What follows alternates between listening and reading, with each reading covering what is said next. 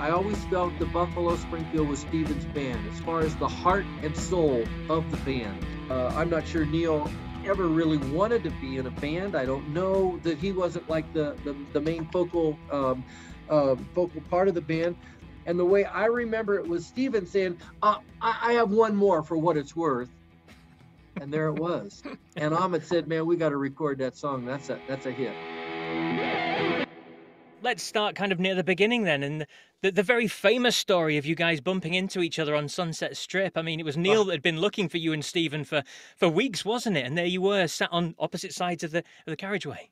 Crazy, isn't it? I mean, if we would have had cell phones or computers Yes. or whatever at that time, it would have been so much easier. But yeah, Neil and Bruce had come down from Canada, and they were specifically looking for Stephen Stills, knowing that he was in California and had been there for weeks. And hey, we weren't able to get out. I mean, for crying out loud. I mean, it was like we didn't have any money, so we didn't go any place. So wherever he went looking for us, but there we were. As he was leaving town. He was on Sunset Boulevard, heading west to the 405 freeway to go to San Francisco. He was done with it, and and what were we doing out on Sunset Boulevard at that time? I have no idea. We were going the opposite direction, but there we were, man. I mean, go figure. Indeed. That's the way fate works sometimes, isn't it? But just in terms of that era and that time, I mean, LA was such a wonderful place to be for creative people. It was a real melting pot for everyone to express themselves, wasn't it? It was one of the greatest times to be able to make music. I really feel that in my heart. It was a special and unique time for sure. Brilliant stuff. And yourself and Stephen and Neil within Buffalo Springfield were all responsible for the songwriting and for lead vocal duties as well, which is pretty unusual, especially in modern bands today. So how did all that work within the band structure at the time? Well, Stephen and I had gotten together earlier. I had gotten in touch with him after Graham Parsons had brought a record up to me where I was working. I was handing out tools in the tool crib at Pratt & Whitney Aircraft. And he lived across the street from me in New York, and he brought that album up. And when I heard that album, I said, I got to get a hold of Stephen. And so when I finally got a hold of Stephen, he said, come on out to California. I've got a band together. All I need is another singer. And so I said, let me take care of my business. I'll be there. And when I got out to Los Angeles, me and Stephen were the band. That was it. There was no band. I mean, it's like, oh, man, I'm saying, what have I done now? But anyway, again, it was perfect because we sat in a little apartment before this time when we all got together on Sunset Boulevard. We sat in a little apartment and we learned all of Stephen's songs that he had written that would end up on the first Buffalo Springfield record. And we learned how to harmonize. We learned how to sing in unison. Like, I mean, let's face it, Lennon and McCartney had a sound where they sang together. And so that was something that we thought, let's model ourselves after that as well. And so, but we learned how to do harmony. We learned how to phrase together. We learned how to sing in unison together. And so it was all a valuable time to that one moment when we met on Sunset Boulevard. And after that, when we really started the band, for some reason, I don't know what it was. I didn't really have any songs that were on the very first Buffalo Springfield record. And I ended up singing 3 of Neil's songs. And one of them was Nowadays Clancy Can't Even Sing, which he had taught me back in New York when he had come down to pedal some songs. And I was traveling back and forth from Connecticut to New York. And we met and he taught me that song. And I had taught it to Stephen. So it was a song that we could actually play for him, when we joined up together. And but why I ended up singing the songs of his, I'm not sure. There's all kinds of stories to go out. Well, Neil didn't have a great voice. Well, baloney. Everybody's got a unique voice, but it ended up the way it was supposed to, and I'm really glad that I was able to sing those 3 songs on the first album because I actually have sung them recently in my own solo performances over the last several years as a little medley. It was so funny. I got to tell you a story. When we did our reunion like 10 years ago, can you believe that? Yes. And so we're starting to work out songs. I said, well, Neil, man, let's do these songs here because I put them in a medley and they would be fun to do. No, he just said no. He said every song has to stand on its own. And so we ended up doing, I know we did Clancy, and we did Do I Have to Come Right Out and Say It. I don't think we did Flying on the Ground Was Wrong, but he said those songs all have to stand alone, and hey, you wrote them, you can do what you want. But when I do them in my own, hey, Neil's not there, I could do the middle. And you brought up the reunion there. I mean, what, 10 years ago or so? But how did that all come about then? Well, I got a note from Neil asking if I would like to perform with him, and as Buffalo Springfield with Stephen at the Bridge School. He was still doing Bridge School concerts at the time, and I said, of course I would. I'd wanted to do it for a long time, and so that was really what put us together, and it was really cool because, of course, Bruce and Dewey had passed away before then, and Stephen had picked, I guess, the drummer Joey Vitale, and Neil picked Rick Rosas, who now has also left us, and it's those are kind of sad stories, but I tell you, the band just came together like it was just like a glove. It was Brilliant. Just. It couldn't have been any better, and so we had fun for those 7 shows, but when they were over, or 7 or 8 shows, bingo, that was it.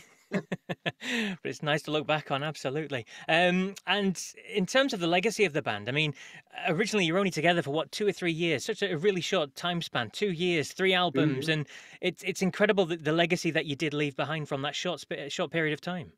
It's amazing to me as well. The first album was the only album that was really the original band. Yeah. The second album, I think, the restlessness and I'm not sure Neil ever really wanted to be in a band. I don't know that he wasn't like the main focal part of the band, but then Bruce was having trouble with his immigration situation. There are 3 Canadians in Buffalo Springfield, and so it was just hard to keep it together. But and that it is amazing the impact that we made when the original band, the first record, and then the next one, and then the last time around was, it was like pieced together with Jimmy Messina and myself, and that was it. Phenomenal. And we like to hear the stories behind some of the big songs, and obviously, For What It's Worth is an absolute classic. I mean, what do you remember about the first time you heard, because Stephen wrote it, what do you remember about the first time you heard it or you recorded it? I mean, did you have any expectations for it to become as big as it did? Well, the first time I heard the song, went right over my head. And I'll tell you why it went over my head. I was into Rock and Roll Woman and Bluebird and Mr. Soul, and we're a rock and roll band. And I'll tell you how, here's the story that I remember. We were, the first Buffalo Springfield record just kind of didn't get the momentum that I think Atlantic Records thought that it was, was gonna make. And I have my thoughts about that as well. But Ahmet Ertegun had come out to Los Angeles to hear songs for a second record. And after, Neil played some songs, I played some songs, Stephen played some songs, and we're kind of like packing up our guitars, and everybody's getting ready to leave. And the way I remember it was Stephen saying, I have one more For What It's Worth. And there it was. And Ahmet said, man, we got to record that song. That's a hit. And that was it. But to me, it was a folk song. It was like a little folk song, and I didn't hear it. And, so it went right over my head, but obviously it didn't go over Ahmet's head, and it became the biggest record that Buffalo Springfield had. Absolutely incredible. And we talk about the legacy and things, and we have to mention 1997 when you guys were inducted into the Rock and Roll Hall of Fame. I mean, again, what do you remember about that, the whole process of being nominated, and then the feeling of actually being inducted along with such great acts in the same year?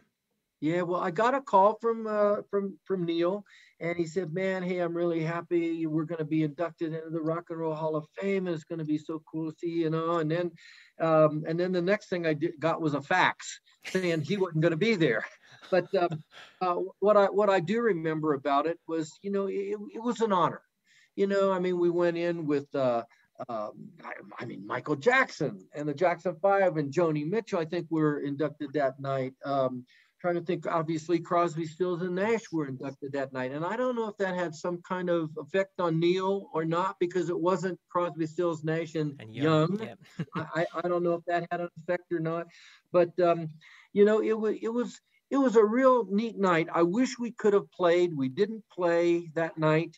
because it was just one of those nights when there was only part of the band that was there, and but the way it turned out, but it was an honor to be recognized, by peers in the music business and all, as being inducted into this little class of people. So it was kind of cool.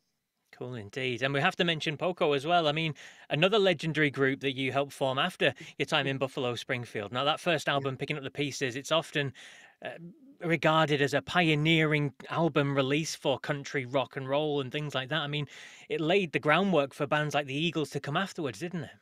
Absolutely, it did. Well, I was a kind of like a farm team for the Eagles bass players, but Yes. Randy and Timothy. But Yes. yeah, it was something that Jimmy Messina and I decided, that when Buffalo, because he was our last bass player, we decided, hey, when this breaks up, you know what? Let's just pick up the pieces and move on. And so I wrote that song. I always said that as long as Stephen was in the band, I was in the band. I always felt the Buffalo Springfield was Stephen's band as far as the heart and soul of the band. Maybe it was because I had a relationship with him, from New York earlier on. But as long as he was there, I was going to be there. But when Stephen decided it was time for him to move on, that's when we just decided to pick up the pieces. And so Jimmy and I set out to put a band together that was going to be a band that crossed, country music from the rock side over to the countryside. So, yeah. And how did you feel at the time? Because I've seen different reports and reviews and things, and you've got the country people saying it's a bit too rock, and the rock people saying it's a bit too country. I mean, obviously you were the first kind of people that were doing this big time. So how did you feel at the time? Well, you feel like you're between a rock and a hard place, Hmm. because that was it. I mean, we were experimenting with different sounds, although the Byrds were doing something at Yes. the same time with Sweetheart of the Rodeo, and then Graham Parsons had also started a band with Chris Hillman. There's a connection. The Byrds, Chris, and then over here the Burrito Brothers and Chris and all. But so there were some other people that were, definitely had kind of like the same view. I think Graham was going more from a countryside to the rock side, where we were going from the rock side to the countryside. But yeah, it was. We had great reception at the Troubadour, where we were really. That's where we were kind of like a house band there for a while we were getting started, and all. But it was difficult to actually connect with radio at the time, except for FM. FM radio, they latched onto it, and everybody was saying, "Hey, this is it," But we were plowing up fallow ground, man. It was hard. It was hard, hard stuff. But somebody had to do it, and so we did. Absolutely.